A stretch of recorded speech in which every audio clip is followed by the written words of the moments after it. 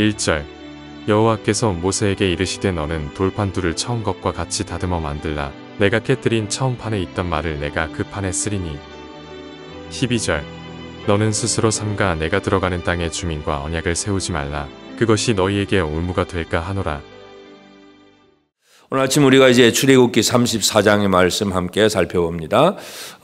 모세가 시내산 위에 있을 때에 말씀을 받고 있을 때 산 아래에서 금송아지를 만드는 그 사건이 벌어졌고, 모세가 내려오면서 하나님의 계명이 기록된 그 두 돌비를 산 아래로 던져서 깨뜨려 버렸습니다. 그래서 이제 하나님이 기록해 주신, 하나님이 돌판을 만들고 돌판에 글을 기록해 주신 계명의 말씀이 이제 깨어진 다음에 밑에 와서 이제 하나님의 진노를 표현하고, 이제 하나님께서 다시 이제 동행하지 않겠다고 했지만 또 모세의 기도를 듣고 친히 가리라, 그렇게 약속의 말씀을 주셨습니다.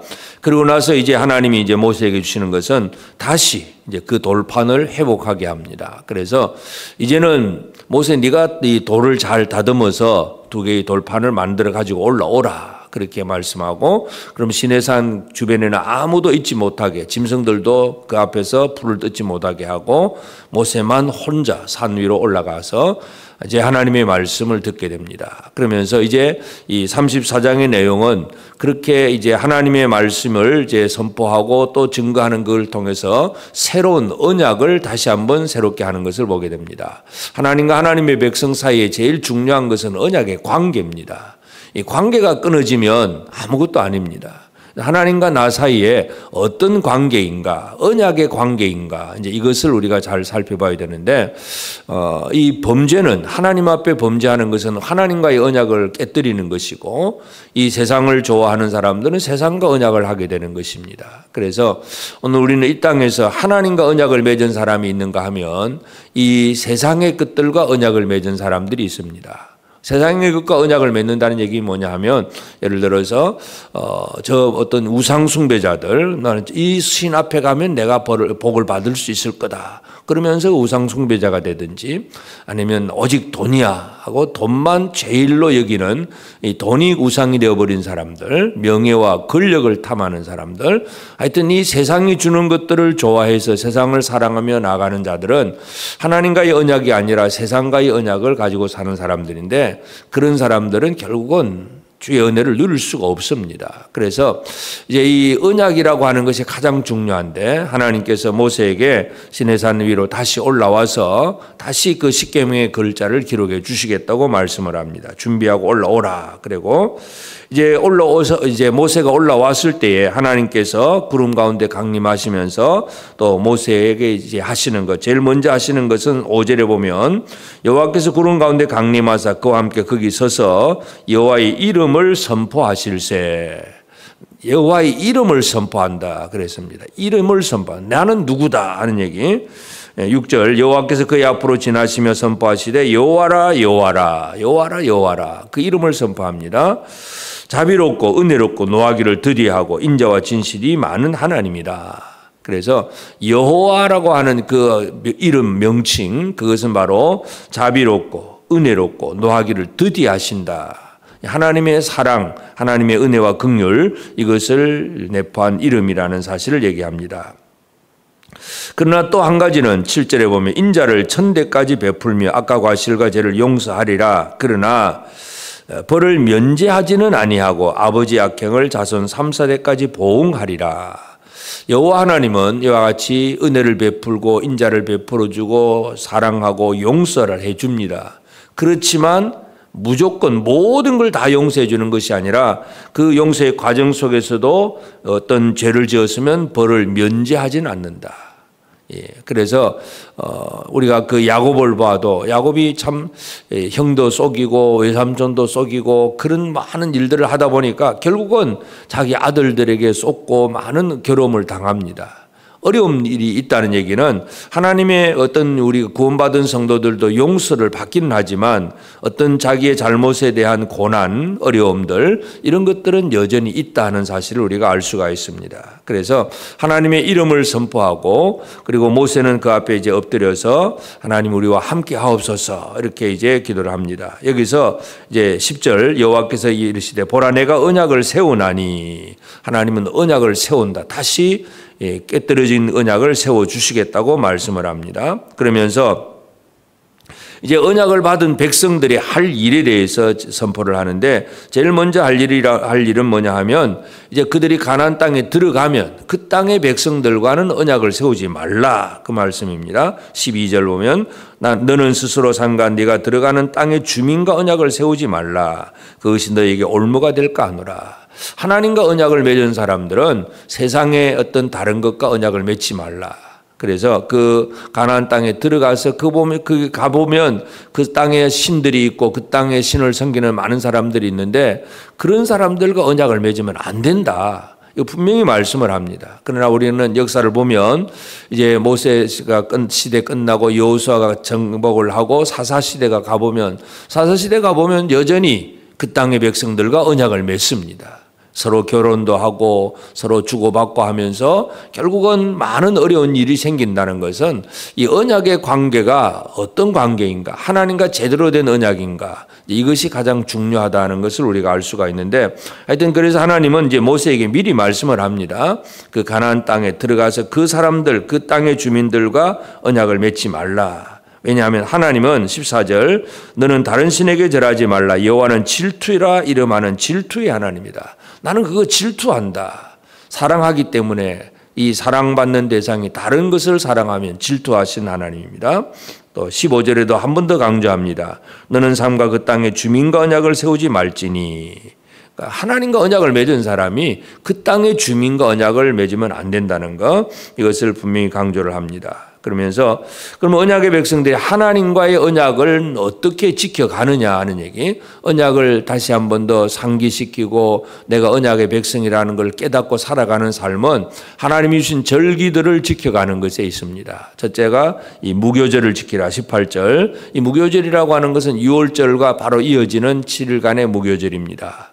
그런데 하나님의 구원을 받았다는 사실, 그러면서 하나님의 구원을 받은 사실을 기억하면서 애굽에서 처음 난 장자가 다 죽었는데 이스라엘은 죽지 않았기 때문에 처음 것, 초태생, 처음 난 것을 하나님 앞에 드려야 됩니다. 그러면 사람은 어떻게 드릴 수 있느냐? 이제 대속한다 하는 얘기. 그래서 이 아들들이나 또 이제 대속의 속죄 그 제물을 드리는 이 돈으로 드리는 것, 이와 같이 하는 것, 드리는 것. 그래서 제일 첫 번째 언약의 백성들은 하나님 앞에 나는 구원받은 백성이다 하는 표시를 이 무교절을 지키면서 이제 하나님 앞에 이제 대속 제물을 드리는 그런 일을 하게 되고, 그 다음에 또 21절에서 엿새 동안 일하고 일곱째 날에 쉴지니 안식일 지키는 문제. 그 다음에는 77절과 또 초실절 그리고 새말에는 수장절, 이러한 절기들, 하나님께서 주신 절기들을 지켜가는 것은 결국 그러면서 절기 중에서 이제 특별히 이제 세 가지만 더 구분을 해서 23절에 보면 모든 남자는 매년 3번씩 주 여호와 이스라엘 하나님 앞에 보일지라. 그래서 이 무교절, 유월절과 맥추절 그리고 수장절, 적어도 이 3번은 하나님 앞에 나와야 된다. 언약의 백성은 하나님을 섬기는 것이고 하나님 앞에 예물을 드리는 사람이고 하나님의 은혜를 기억하는 사람이 하나님의 언약의 백성들입니다. 그래서 절기를 지키라 하는 이 얘기를 하고 계십니다. 그 다음에 이제 하나님이 말씀을 주면서 이제 27절에는 여호와께서 모세에게 이르시되 너는 이 말들을 기록하라. 내가 이 말들의 뜻대로 너와 이스라엘 언약을 세웠음이라. 그래서 십계명은 하나님이 돌판에다 써주십니다. 하나님이 기록해 주십니다. 나머지는 모세가 이제 들은 대로 기록을 해야 됩니다. 그래서 결국은 기록을 하고 그 기록을 백성들에게 들려주고 읽어주고 보여주는 것은 언약의 말씀은 불변입니다. 변함이 없습니다. 그래서 모세가 글자로 기록한 대로 계속 대대로 선포되고 증거되어야 된다. 그래서 이 말 저 말을 옮겨가는 과정 속에서 변화되는 게 아니라 글자로 기록된 말씀들을 들려줘야 된다는 것. 그래서 모세가 하나님의 말씀을 기록을 해야 됩니다. 이제 그렇게 하고 모세가 40일 동안 이렇게 그 하나님의 말씀을 들으면서 기록을 하고 이제 산에서 내려옵니다. 내려올 때 모세의 얼굴은 하나님과 대면한 얼굴로서 광채가 나는데 사람들은 이제 얼굴에 광채가 나는 모세를 보고 두려워합니다. 그래서 모세는 백성들 앞에 나갈 때는 얼굴에 수건을 쓰고 그리고 하나님 앞에 들어갈 때는 그 성소 회막에 들어갈 때는 수건을 벗고 들어갑니다. 그래서 이제 모세의 얼굴에 수건을 쓰는 일이 신약 성경에 와서 보면 결국 이스라엘 백성들의 영적인 상태가 하나님을 직접 볼 수 없는 하나님과 언약의 백성이면서도 제대로 나아갈 수 없는 그런 상태가 얼굴에 수건을 쓴 것과 같다 그랬고 결국은 얼굴의 수건은 예수 그리스도 안에서 다 벗겨지고 완전하게 이루어집니다. 결국은 우리가 하나님과의 그 언약의 백성이 되는 게 가장 중요한데 그 언약의 키가 어디에 있느냐? 바로 예수 그리스도께 있습니다. 그래서 우리가 뭐 구약의 절기를 지키고 뭐 이런 일들 지금 이 언약 백성들이 할 일에 대해서 말씀을 하지만 그 모든 일들은 바로 예수 그리스도 안에 있고 그 안에 있지 않으면 여전히 문자적으로만 어떤 율법을 지키고 뭐 절기를 지키는 것은 여전히 수건을 쓴 얼굴입니다.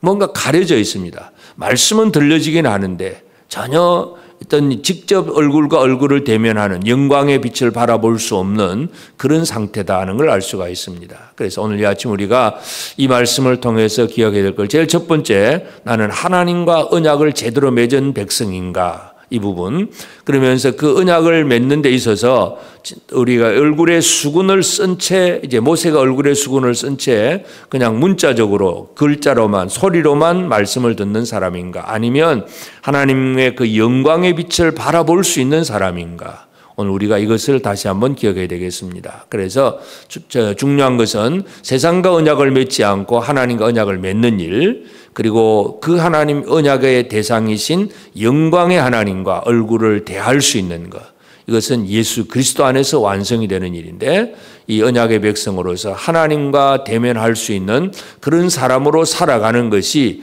진짜 하나님의 백성입니다. 그래서 오늘도 이 하루를 또 새해를 새롭게 시작해 나가면서 나는 하나님과 이 대면하는 모세처럼 하나님의 영광을 바라볼 수 있는 그런 성도로 살아가야 되겠다는 그런 각오와 결단을 가지고 새롭게 시작해야 됩니다.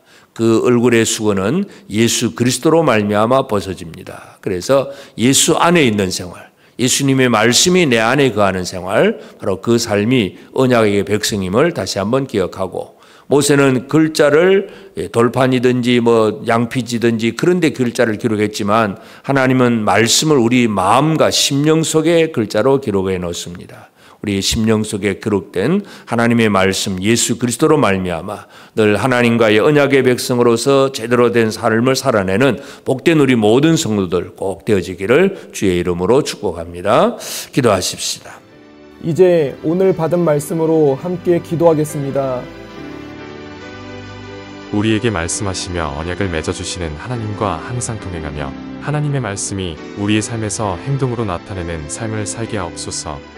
이 세상이 주는 것들의 마음이 빼앗기지 않게 하시고 하나님의 말씀을 깨닫는 일에 우리 마음에 덮인 수건을 벗겨주셔서 항상 주의 뜻을 깨닫는 삶이 되게 하옵소서.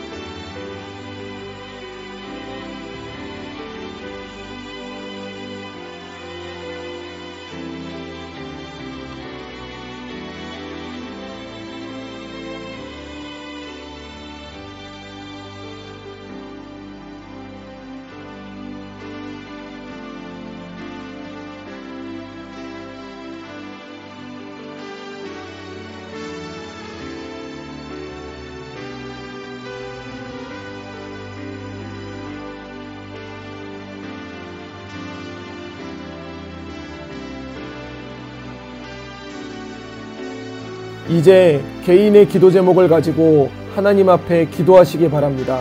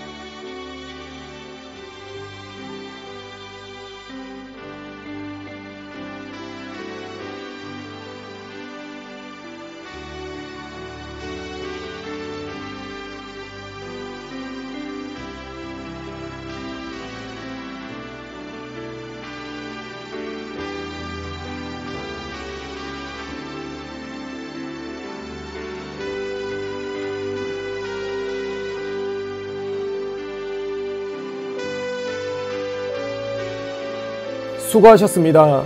오늘도 하나님의 인도하심 가운데 승리의 하루를 보내시는 우리 재건부평교회 모든 성도님들이 되시기를 주님의 이름으로 축복합니다.